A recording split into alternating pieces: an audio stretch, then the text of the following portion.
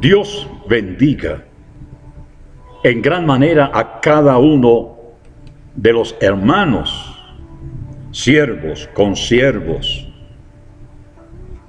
y también a los hermanos de las iglesias, de las congregaciones, donde el Señor les ha puesto.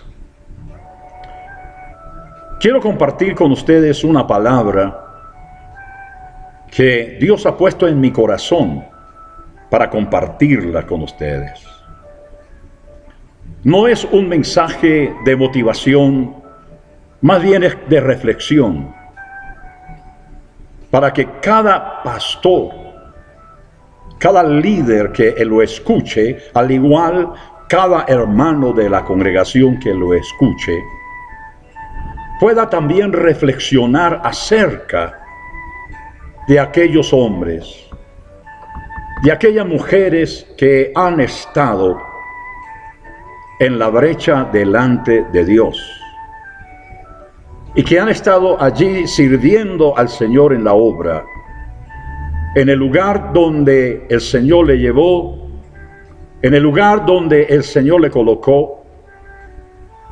Y es allí donde Dios también quiere llegar con esta palabra. Estaba leyendo un texto en el libro del patriarca Job, capítulo 1 de la Biblia de las Américas. Encontré esta expresión en medio del dolor, en medio del sufrimiento, en medio de la soledad y el hostigamiento de muchas personas que lo juzgaron, lo condenaron y se apartaron de él, aún sus propios amigos. Y él dice: hastiado estoy de mi vida. Daré rienda suelta a mi queja.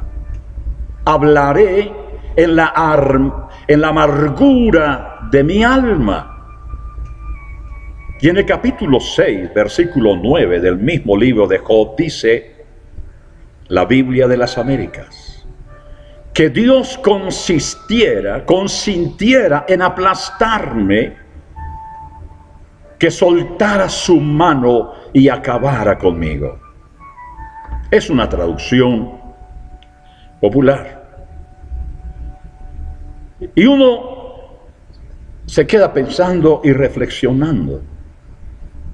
¿Por qué un hombre al cual Dios consideró justo entre todos los habitantes que había en ese tiempo, un hombre recto en todas las cosas para con Dios, para con la familia y para la gente que le rodeaba, y ahora se encuentra en una situación de calamidad familiar, física, de salud, de economía, despreciado por la gente, por los amigos, y llega al extremo de que él le pide a Dios que le quite la vida, que lo lleve a su presencia. Él no podía soportar. Él no sabía por qué estaba viviendo esta situación. Y a veces, reflexionando, hay hombres de Dios y han existido hombres de Dios y también creyentes que han dicho: quisiera morirme, quisiera que esto se acabara, que Dios me llevara, porque el pastorado envuelve muchas lágrimas y fuertes pruebas. No es que sean hombres flojos o hombres sin fe u hombres sin experiencia. Es que el pastor, como el cristiano común o como el líder común, es un ser humano. Es una persona de carne y hueso como todos los demás hermanos que se congregan en la iglesia. Pero hay momentos en la vida de estos hombres de Dios, de estos siervos de Dios que han deseado morirse. Y no es un encanto como muchos creen, que ser pastor o ser evangelista o ser maestro o ser alguien que lidera cierto ministerio, cierta cantidad de gente. Muchos creen que el pastor es visto parado en el púlpito y se ve como algo atractivo.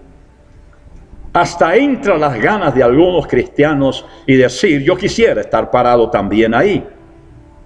Sin embargo, el pastor está en una guerra con el mismo Satanás. Satanás dice, heriré al pastor y dispersaré las ovejas.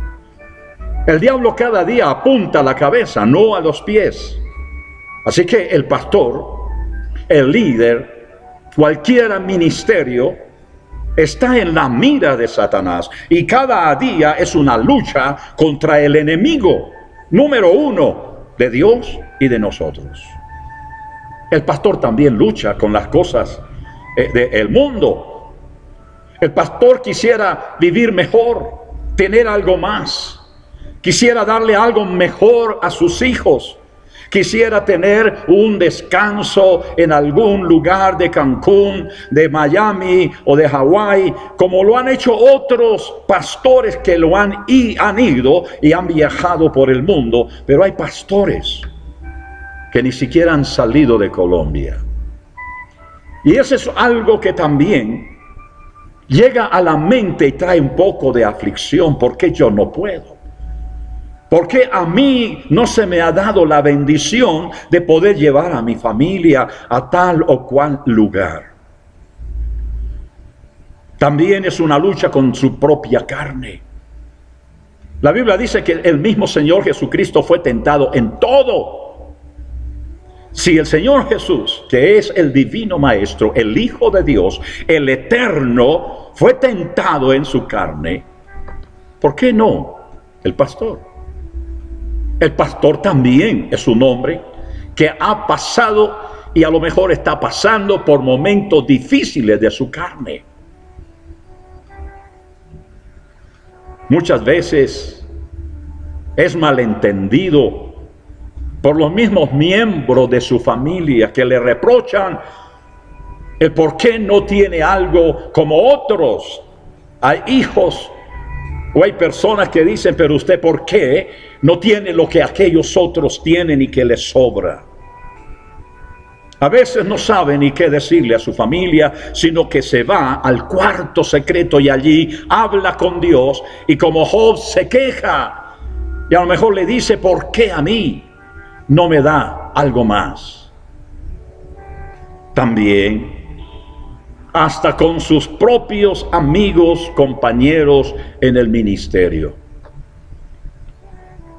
Un gran porcentaje miran y creen que el pastor es quien inventa y pone las normas o las reglas a seguir dentro de la comunidad cristiana, dentro de la congregación.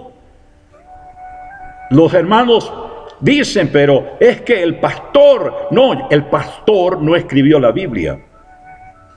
El pastor lo que hace es hablar de lo que está escrito. Y lo único, mis amados hermanos, para lo cual Dios lo escogió, es para que, teniendo la palabra de Dios como regla, como su única regla de fe y conducta, pueda guiar, orientar y ser un instrumento en las manos de Dios para ayudar a edificar. Es su gran responsabilidad ayudar a edificar la iglesia del Señor Jesucristo. Y la iglesia del Señor Jesucristo son aquellos hombres y mujeres, miembros que asisten en una congregación. O si no, miren Efesios capítulo 4. Versículo 11 y 12, dice que el mismo Señor escoge a quien le va a servir. No es que se solicitan pastores, se pone un anuncio, que tengan experiencia. No, el Señor escoge al que Él ve y Él cree que le puede servir. Así dice en San Marcos capítulo 3. Dice, y escogió a los que Él quiso. Muchas personas, muchos creyentes, piensan y creen que el pastor es un hombre que no quiso trabajar, que se la gana tranquilo leyendo la Biblia, estudiando ahí en una oficina o en su casa y no más. Pero cada hermano debería, como alguien dijo, ponerse en los zapatos del pastor, ponerse a ayudar a edificar el cuerpo del Señor Jesucristo. El apóstol San Pablo, y hablando por el Espíritu Santo de Dios, declara lo que es la tremenda responsabilidad que tiene el pastor para con Dios y su congregación. Hebreos capítulo 13, versículo 17. Dice ahí, no dice el pastor, no dice el apóstol, dice Dios a través del Espíritu Santo, dice: obedeced a vuestros pastores, sujetaos a ellos, porque ellos darán cuenta a Dios de lo que Él le ha encomendado que hiciera. Esto no es un asunto de inventar o formar o crear reglas o normas para dárselas al pueblo para que a ver cómo viven en su vida cristiana o en su relación con Dios, con la familia, con la sociedad y consigo mismo. En segunda carta del apóstol Pablo a Timoteo nos dice, ojalá usted busque en la Biblia, y dice: te encarezco delante de Dios. Mire, el apóstol Pablo pone como testigo a Dios, ¿sí? Y del Señor Jesucristo. Dice, ellos son testigos de la responsabilidad que yo tengo de encarecerle a usted, de encomendarlo a usted, que juzgará a los vivos y a los muertos en su manifestación y en su reino. Mire, amados hermanos, que muchas veces no entienden el servicio, el ministerio o la labor del pastor. Pero aquí encuentra, hermanos, que cada pastor es confrontado con Dios y con el Señor Jesucristo por lo que Él le dio para hacer en una congregación, sea grande, sea pequeña. ¿Y por qué razón? Mire, hermanos, ¿por qué razón el apóstol Pablo utiliza y pone como testigo a Dios y al Señor Jesucristo? Dice que prediques la palabra. Esa es la función del pastor, que predique la palabra, que inste a tiempo y fuera de tiempo, redarguye, reprenda y exhorta con toda paciencia y doctrina.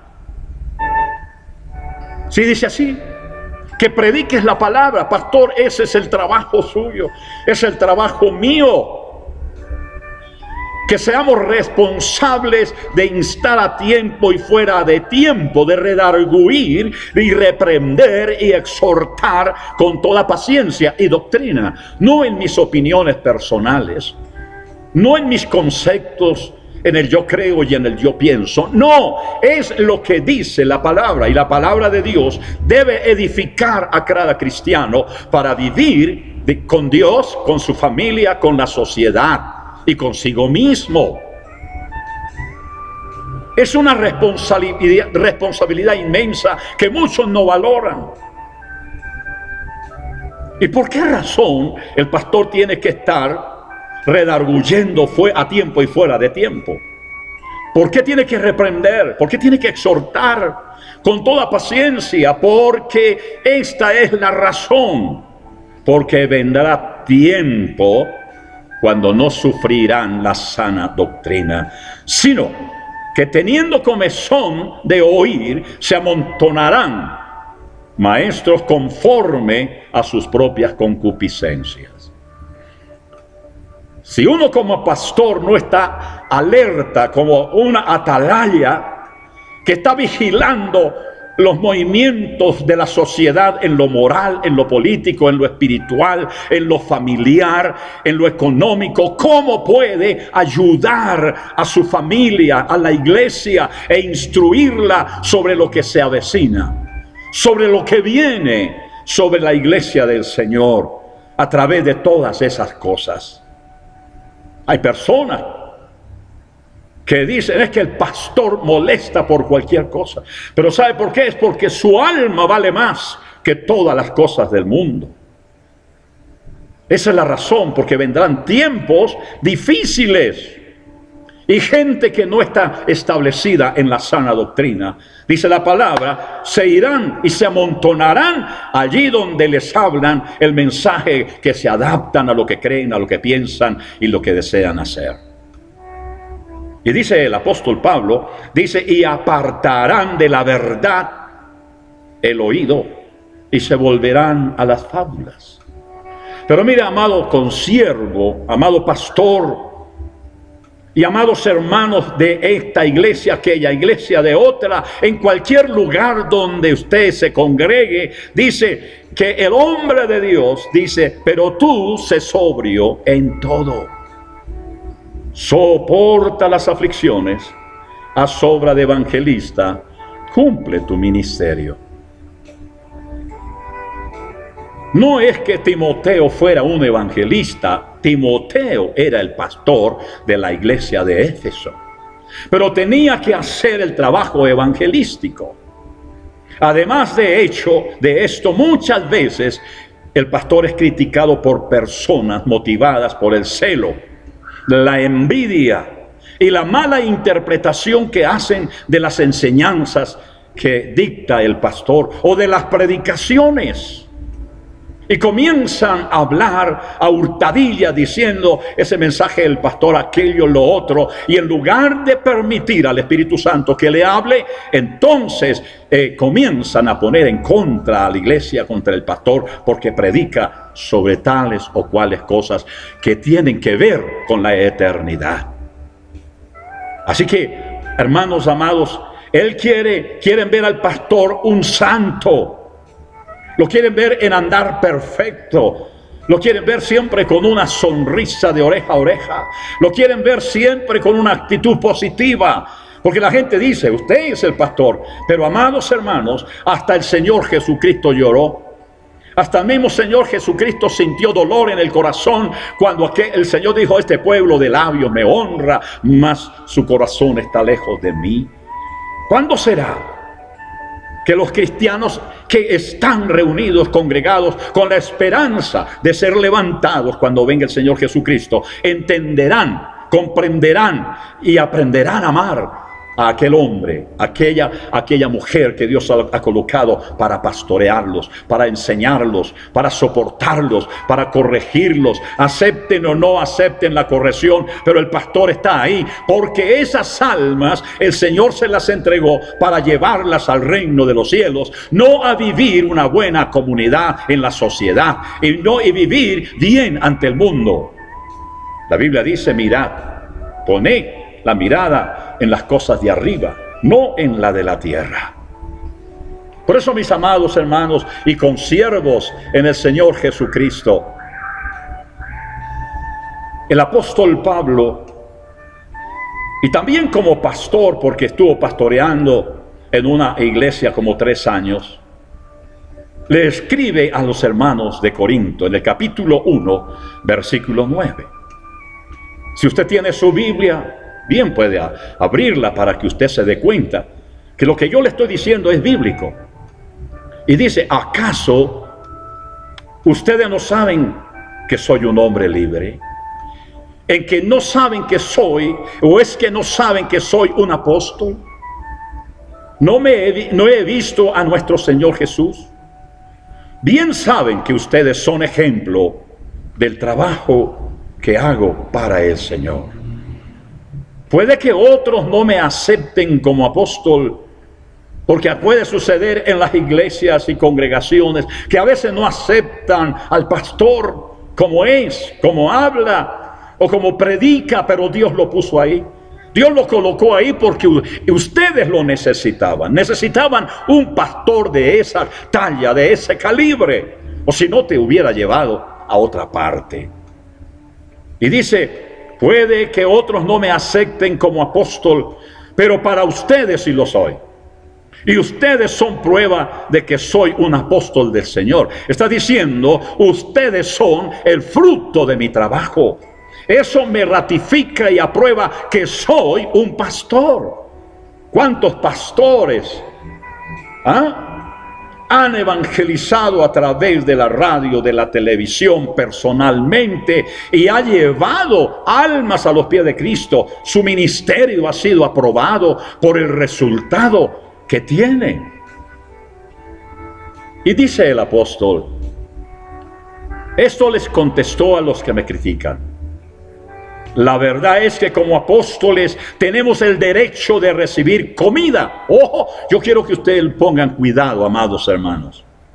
Dice, tenemos como apóstoles el derecho de recibir comida y bebida de parte de ustedes.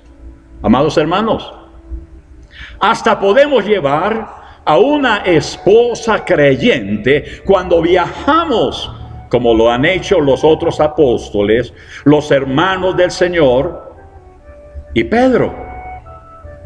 ¿O es que Bernabé y yo somos los únicos que tenemos que tener otro trabajo para poder ganar nuestro sustento?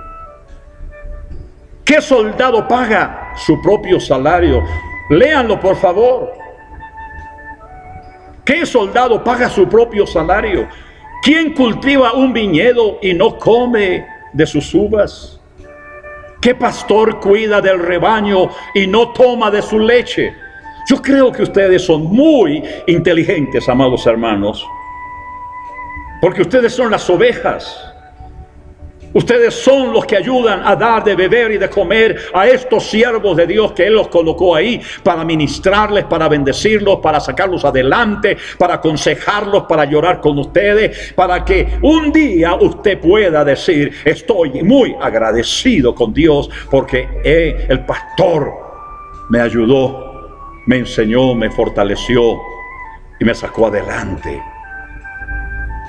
Mis amados hermanos, cuando se enseña esta palabra, que es la palabra de Dios y no es la palabra de fulano o de sutano, y que es dada por el Espíritu Santo a algún creyente, porque hay algunos creyentes que murmuran y creen que es una experiencia humana y una ordenanza de los seres humanos, cuando es la palabra de Dios dada por el Espíritu Santo de Dios y es una ordenanza del mismo príncipe de los pastores para sus ovejas.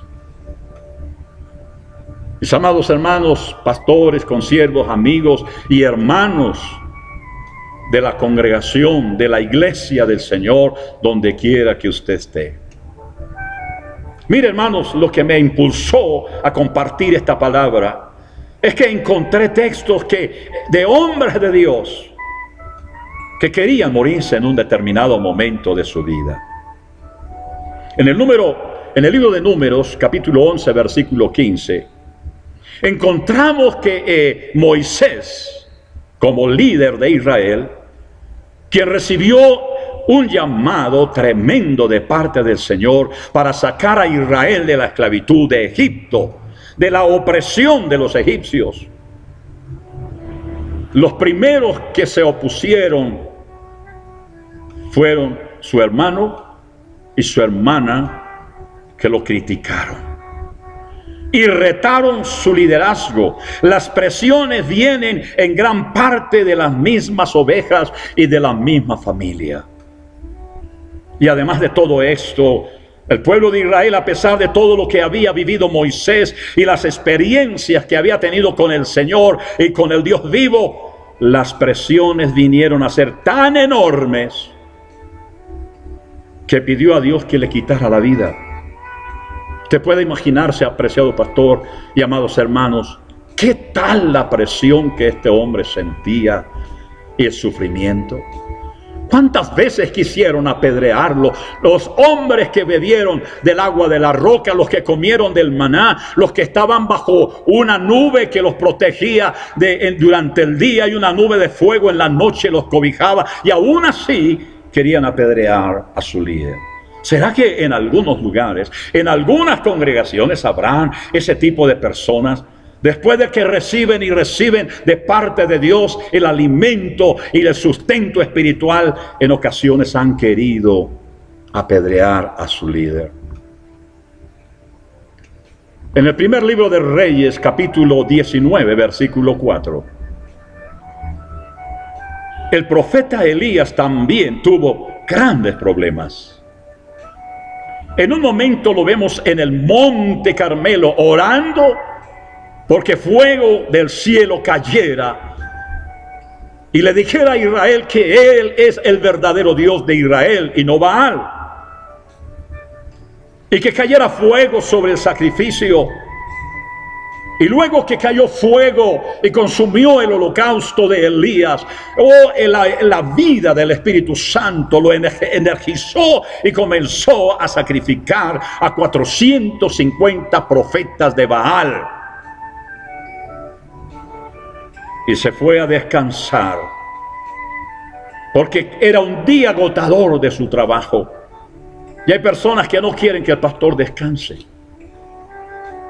No quieren que el pastor, algunos lo llaman a las 8 a las 9 de la mañana. Ay, qué pena, pastor, que lo haya despertado. ¿Usted por qué le dice eso? Sí, hay ocasiones que el pastor pasa la noche orando o tiene algún problema de salud, alguna cosa, y a veces no puede dormir. Y entonces en la parte de la mañana es cuando más viene el sueño y está durmiendo. ¿Tiene derecho o no tiene derecho? Elías está descansando después de todo ese día de trabajo. Pero llega una noticia a sus oídos de que Jezabel lo quiere matar. Que así como Elías mató a sus profetas, ella lo va a hacer con Elías. Pero ¿qué dice la palabra de Dios? Elías se fue. Dejó a su guardaespaldas, al escudero, y se fue solo a morirse en el desierto. Amados hermanos, ¿cómo es posible que un hombre que Dios usó para cerrar los cielos y volverlos a abrir después de 3 años y medio, que ora para que descienda fuego y desciende fuego, esté en un momento tan difícil? Y allá en la cueva, cuando Dios le dice: ¿qué haces aquí, Elías? ¿Qué dice Elías? Quiero morirme. Quítame la vida. Amados hermanos, ¿qué podemos decir? Allí estaba Elías queriendo morirse. Elías le dice: basta ya, oh Jehová, quítame la vida. Oh, amados hermanos, sí, a veces como que dan ganas de morirse. El Salmo 43:5. Busque allí este texto. Hay oraciones que fortalecen en los salmos, pero hay también en los salmos momentos en quienes lo cantaron o lo experimentaron, quisieron morirse en un momento, porque la presión y las angustias y las aflicciones y todo lo que le venía encima era casi imposible para soportarlo. Y en algún momento desearon morirse. El pastorado es uno de los trabajos más difíciles y malentendidos, malinterpretados y no reconocidos. El pastorado tendrá cargas muy pesadas y fuertes, y que nos entrará las ganas de algún momento de morirnos.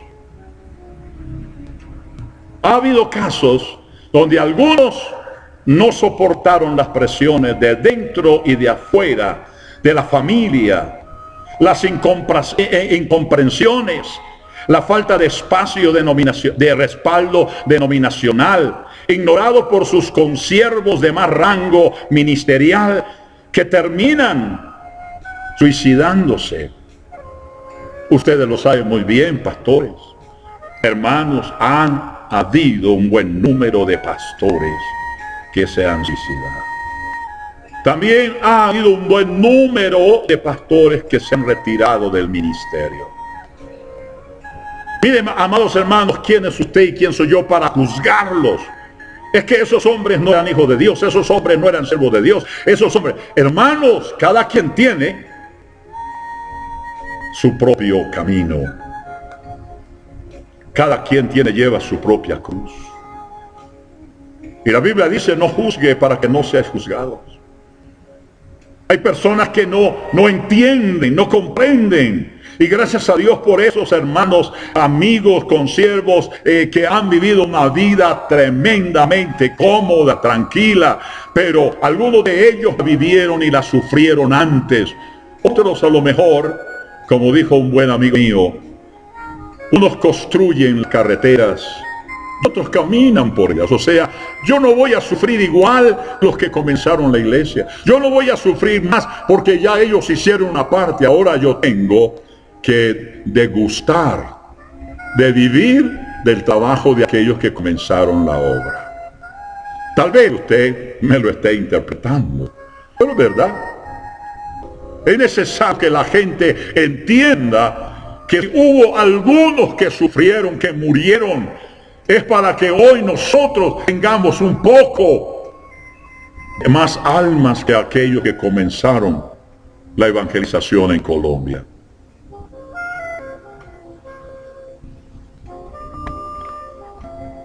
Lo que he dicho es verdad. Y algunos pensarán que yo estoy resentido. No. Yo dejé de tener esas cosas. He entendido y he comprendido, amados hermanos, que solo acompañado tenemos que terminar diciendo, como dijo el apóstol Pablo, he peleado la buena batalla, he acabado la carrera, con ayuda o sin ayuda, con amigos o sin amigos, con consiervos o sin consiervos. Usted y yo debemos levantarnos tras caídas, tras dolores o sufrimientos. Hay que levantarnos, porque la mano del príncipe de los pastores, que lo llamó a usted, que me llamó a mí, está sosteniéndonos en este diario caminar, aunque otros no lo entiendan, aunque otros lo condenen, lo juzguen, lo menosprecien, pero este hombre, este pastor que tienen ustedes, amados hermanos, en el campo, en la ciudad, en el desierto, allí en cualquier lugar, esos hombres, Dios los escogió y Dios los puso ahí. Cuentan con el respaldo de Dios y esperamos que cuenten con el respaldo de esos lugares donde el Señor ha colocado ese ángel. Como dice en Apocalipsis, las lámparas, esos 7 candeleros que iluminaban el tabernáculo, que es la luz, que son la iglesia que alumbra, dice, están en mi mano. Y también dice, y los ángeles que estaban a su mano derecha. Amados pastores, amigos consiervos y hermanos, donde quiera que me escuchen,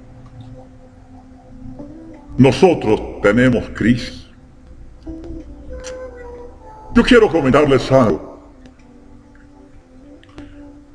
y me alegra que ustedes no lo hayan vivido, ni lo hayan sufrido.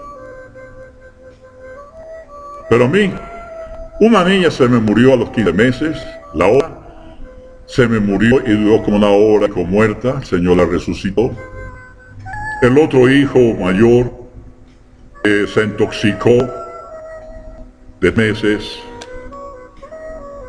se ahogó, casi que se ahogó. Los médicos dijeron no vive. Fueron momentos terribles y otras cosas de la vida. Pero amados hermanos, llegó un tiempo cuando tantas personas de un lado y de otro lado, el sentirse como un lobo solitario y los problemas familiares, problemas dentro y fuera de la iglesia, vino a mi vida una crisis nerviosa que me duró 2 años luchando, orando para poder salir de esto. Estaba en Panamá, en un piso 22, y con esta crisis de nervios que tenía, que me asfixiaba, que sentía que me iba a morir, abrí la ventana para respirar, tomar aire, para que entrara aire, que me pueda ayudar, porque esa crisis impide que llegue oxígeno al cerebro y comienza uno a angustiarse y a desesperarse. Y me tomé a la ventana y estaba ahí tratando de respirar, de llenar pulmones, pero no lo lograba. Todas mis manos, todo mi cuerpo temblaba. Oí claritamente que Satanás decía: suicídate. Y no lo tendrás más nunca. Tú no te saldrás de él. Suicídate. Yo miré esos 22 pisos abajo. Decía: oh Dios, ayúdame. Y el diablo decía: solo un momento y serás libre. Me decía en la mente, picaba en la mente. Y yo decía: Señor, ayude. Cerré las ventanas, las ajusté y me quedé debajo de la cama. Me agarré de la pata de la cama y le clamé a Dios que me ayudara. Dormí y amanecí debajo de la cama. Realmente, amados hermanos, hay cosas en las que nunca uno espera, que nunca sucedan a hombres de Dios, pero han sucedido. Y muchos los han abandonado, muchos los han tirado, muchos les han quitado su saludo. A mí me sucedió. Me quitaron el respaldo, me aislaron. Pero aquí estoy porque quien me llamó fue Dios. Y usted, ansiado pastor, usted allá está en ese lugar, bien o mal, pero Dios lo puso ahí porque Dios lo llamó. Solo o acompañado, hermano, Dios estará contigo. No lo dejará ni lo desamparará, porque Él es tu Dios, te eligió y te puso nombre. Muchas son las aflicciones del justo, muchas son las aflicciones del toro, pero de todas ellas el Señor lo librará.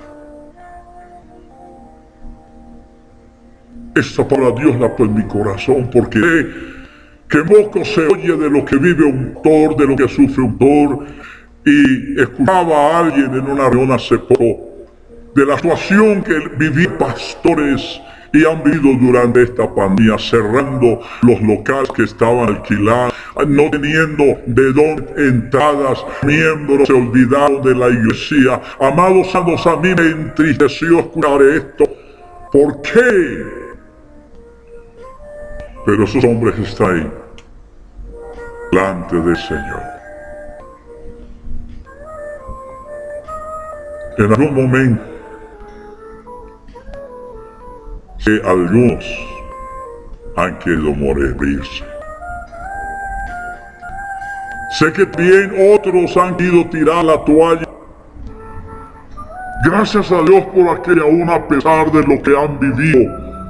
Momentos difíciles, críticos en lo familiar, en salud, en su economía, en su marginamiento en el ministerio, aún en medio de sus lágrimas, de la soledad de San ministerial, aún siguen las pisadas del Divino Maestro que los llamó.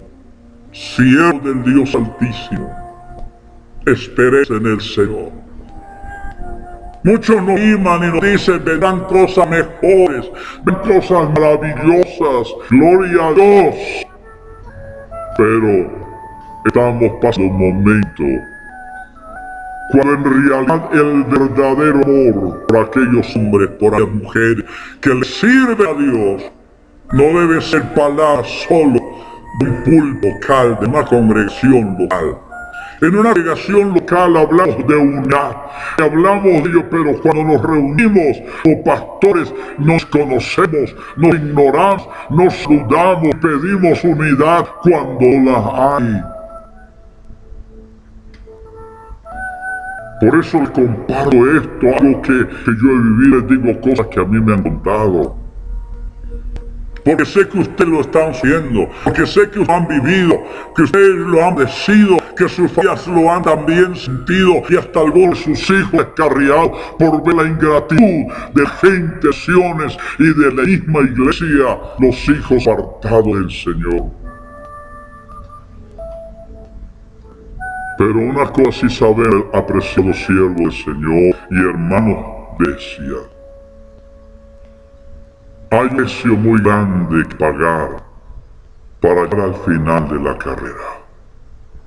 A pesar de las circunstancias difíciles que podamos estar pasando y podamos entender que es el precio que Dios permite que esta formación sea en el hierro, el yunque del hierro, de la espada ardiente y martillada y luego vida, para que podamos decir, dijo el apóstol Pablo un día, acabado carrera.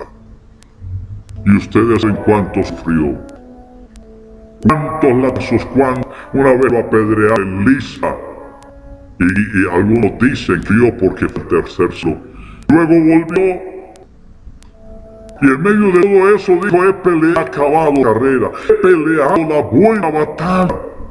Mis hermanos, estamos a la espera de la corona, vida, preparada para sus siervos. En siervo fiel, en lo poco fiel, en lo mucho le pondrá el Señor. Si los problemas son grandes, es porque el misterio será grande delante de los ojos de Dios, el que nos amó. Tal vez no sea grande delante de conciertos. Tal vez a usted no le aplaudan, le abracen o le digan A o B porque usted es uno en el círculo, pero llegan otros con nombre y renombre, hasta los mismos hijos pequeños con abrazarlo o diciendo, este es el santo Dios. Pero olvide que usted también es un santo Dios, y que usted es grande en los ojos de Dios, en alta estima. No te abracen, no te den cosas, no te corroren, te den un diploma. Pero aleluya, en el reino de los cielos tendré una corona que el mismo Señor Jesucristo la colocará en la cabeza de cada uno de siervos. Qué hermoso, amado pastor, hermano siervo, hermanos en Cristo, poder ese día echar la voz de nuestro Señor Jesucristo. Venid, siervo fiel, entre goce tu Señor. Mis amados hermanos, pastores y hermanos de iglesias, congregaciones, donde hay esta palabra, donde se atreva a partirla. Mi propósito no es hermoso, ni que mi nombre vaya por todo el mundo. Siempre mi propósito cuando comparto una palabra es para ayudar, bendecir, edificar la vida de quienes reciben la palabra. Porque la palabra no volverá vacía. Se aprecian amigos, conciertos, pastores, líderes, hermanos de las iglesias. Vuelven los ojos a Dios. Y dele gracias por ese hombre, por ese ser que usted tiene como pastor. Usted tiene pastor. No mire que impone leyes, normas, no, él lo hace por el bien de su vida, por el bien de su alma, porque quiere que se pierda, el que usted se forme, adure, que algún día usted alcance la eterna valor, ame, respalde, apoye, ayude a su pastor. Para la obra, Señor, sea vencida. Así que, mis amados hermanos, para mí es un gozo enorme grande. Esta mañana, cuando me levanté, vino a mi mesa palabra. Irse que a morir. Y yo me quise morir también. Y había momentos en que uno dice, mejor sería que el Señor viniera por otros. Oh cielos, cielos, ángel del Señor, medio del Dios Altísimo, y hermano Señor Jesús, que esperamos la venida nuestro príncipe de los pasos. Allí estén las manos poderosas del Señor Jesucristo los haga y resplandecer su rostro sobre cada uno de nosotros. Que mi Dios bendiga hoy y siempre.